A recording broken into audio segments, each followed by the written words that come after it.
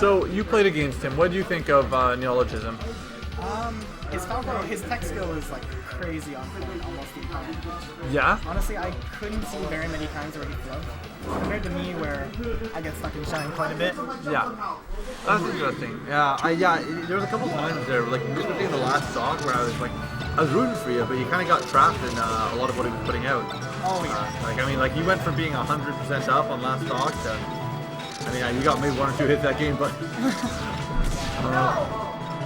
But very different matchup. And I know Neo doesn't really have as much PM experience, so this might be a very different sort of game.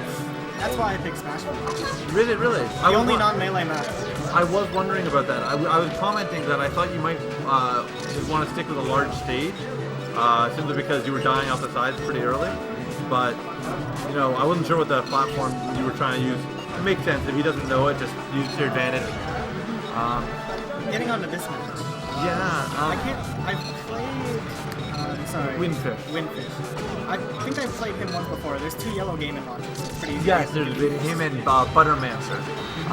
But yeah, WindFish is definitely, he's one of our resident sleepers. He used to be doing pretty poorly at our weeklies, but really lately, especially over the past 2 months, he really picked it up. He ended up beating a PR member at a monthly, and then just has been doing a lot better each week. Really, he's been on the PR I think twice now for the monthlies, but it hasn't been confirmed yet if he's going to be making the year PR or what. We have to look at the numbers and gather a council still. Something Hamilton tends to have a bit of a problem with. Yeah. I'm not a local, so I wouldn't know, but... Oh, have you, Hamilton Melee has been the hell. This is the first Smash Team I've been part of. So really? Yeah. Technically, it was me and my buddies back home. Yeah. That was about it. So, that's interesting. Well, we're happy to have you, bud. Oh, thank you. Getting on to the matchup. Yeah, last stock, I was going to comment, you can see Game & Watch's strength. The one thing that I noticed is, once you get him to 60%, he's really hard to follow up on shot. Yeah, well, he's so light and floaty, it's almost like, his gravity's a little high, but realistically, he is acting as a very hard floaty combo. And I know Falco can't really continue too much on him.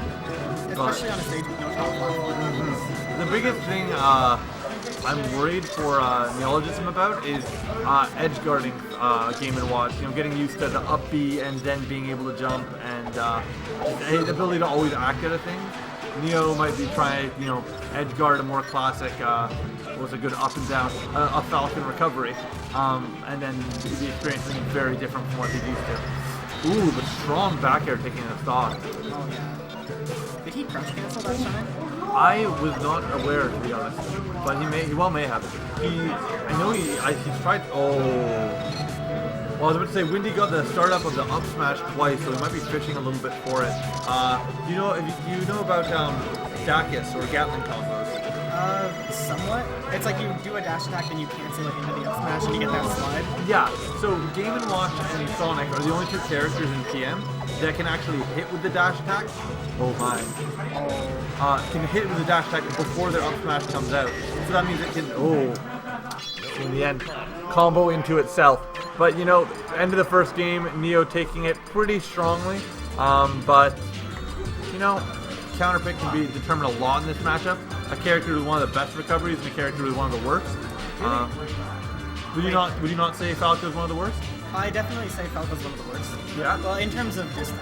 It definitely. Mix-up wise, he has if you get him to a small stage, he has a crazy amount of punch. Oh yeah, for sure. Even being a Link player, I really appreciate the mix-up. For me, it's Zair and up B, but for side B and up B, it goes a long way for spacies, especially if used properly. Fading, shine stalling, something I probably should have used. Yeah, it's something to work into your play, but something you don't necessarily have to have going into every match. So, being Fountain of Dream, I really like it. Yeah, so let's see what was banned. It was banned Green Hill and Dreamland. So, definitely try and avoid those large ceilings. Fountain's pretty average, low bottom though, so that'll allow Game & Watch to recover a lot more than he would on some other stages, since he can recover from very, very low. I was just gonna say FOD is always been tricky against the Falco, just because Yeah. trying to, like, especially a technical player Yeah. like Neo. Neo, yes. Having to deal with like the changing up of the platforms, Oh. And that's they a can shame. lead to some tech bugs. Yeah. Because doing the Waveland on that tiny platform, it's a very, very fast time.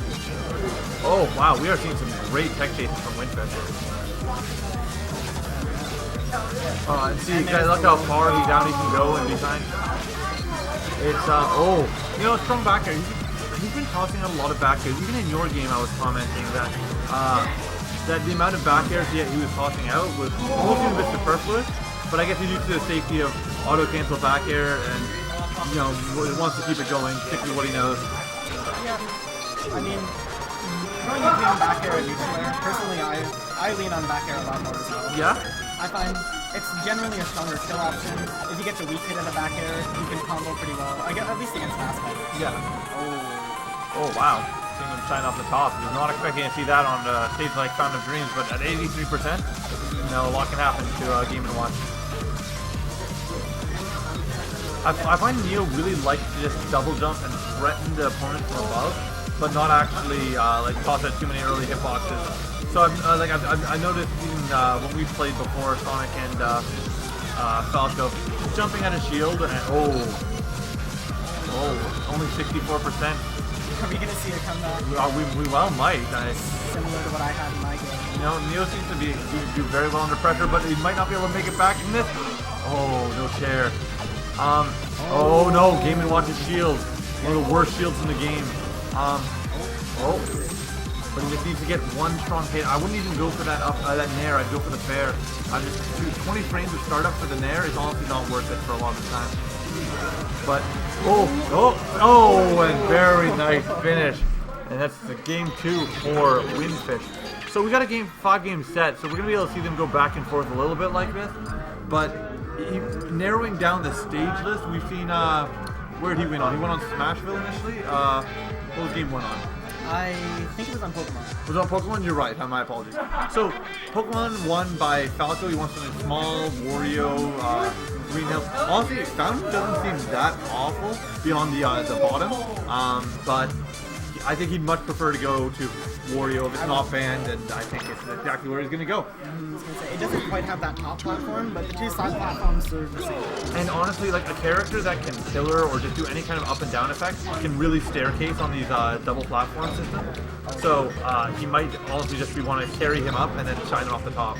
And it's even worse because regardless of how he dies, either WindFish is going to have to be DIing into the middle, so he can't get off stage to escape the combo, or he'll have to DI towards the platform where Falco can just shine on the top. Exactly, and it's a scary situation.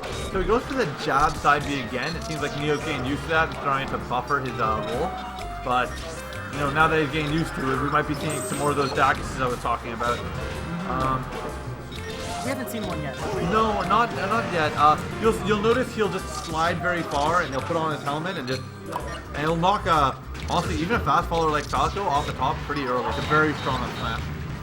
Interesting thing to know about these tiny platforms to the side. Yeah. I think Game & Watch's Nair covers every tech option, right?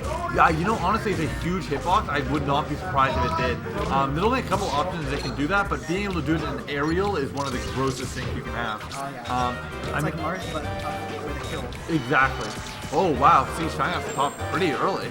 That seems like pretty low as well. Yeah, I mean, honestly, Game & Watch is super floaty. He didn't have many answers to put out.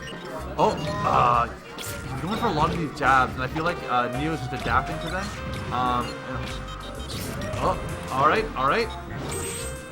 Alright, okay, still solid.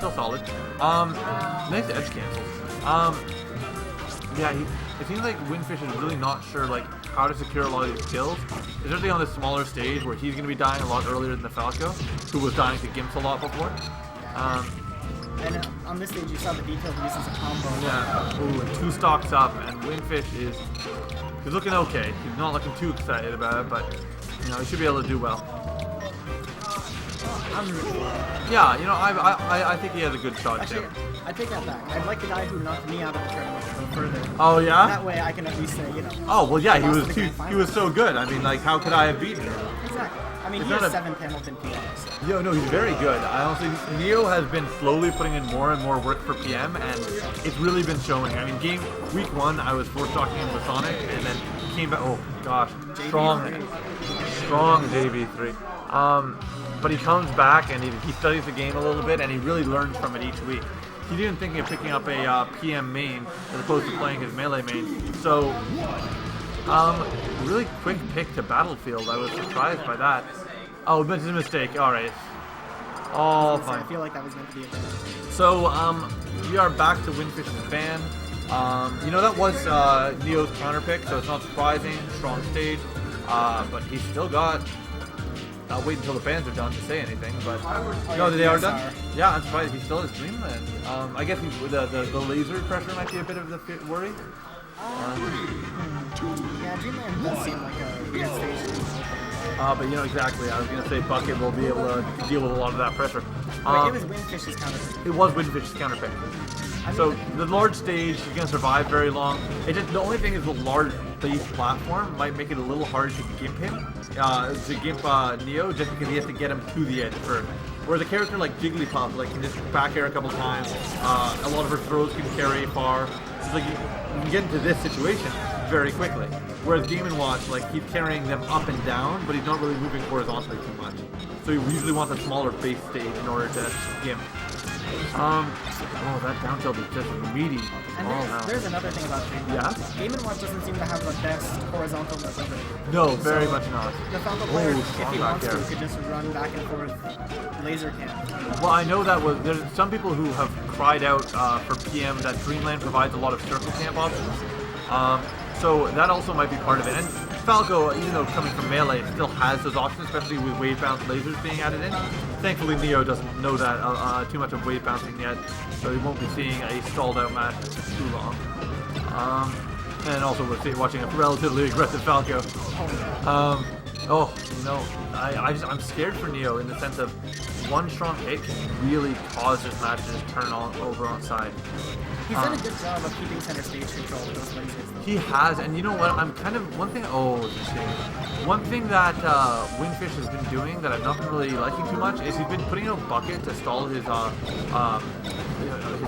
fall, but realistically he just ended up becoming bait in the air for Neo to go for. So I'd rather get to the ground and then pick a strong, safe option, as opposed to like stalling and hoping that Neo would lead me wrong. It's almost like throwing out a counter. Exactly. It's like, and it's on there. You know what? But that's actually probably going to be his ticket to win victory. Is if he can get those grabs at around 60%, he can easily get a nair out of them with an up throw. There's no DI that really can escape him, and he might be able to DI into stage. But even then, all right, the down tilt taking what could be on WindFish's tournament stock. I'd almost like to say that one way I'd like to see WindFish try to get around the lasers is like a wave landing on the platforms. But given that it's Dreamland and the platforms are so high up, even if he were to land, I think that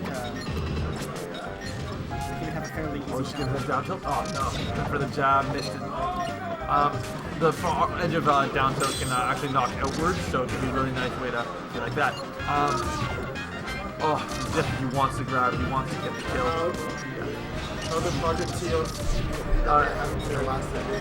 So he's okay, you know what? We're on a last stock situation, 58%. Percent doesn't really matter when you're playing to Gimp. You just need to make sure that he doesn't get hit by any strong back airs, which he's starting to risk a lot of.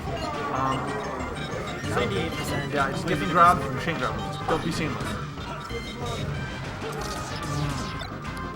Gotta be careful not to burn his jump. Wow, I did not think he was going to burn his jump before his up B. Nair? And he might be able to take it. He just needs to F tilt maybe? No, it's not close enough. Ooh, and careful. There's a strong one back air to take this game. Those lasers definitely putting in work. You know, he doesn't want to come up with an arrow. He wants to be safe. He wants to. Ooh, gotta be careful. Gotta be careful. And yeah, down tilt. We're seeing a lot of down tilt's probably going to be Neo's move of choice. Just get a fair out there. Catch in the air. Ooh. He could probably finish the game. He's got to stop being on level with him though. I think only two charge. Oh gosh. Oh, and that game, and good game though. Oh was my. definitely intense. Yeah, you know, Neo taking it, but WindFish definitely put in a good amount of work and a respectable game for both.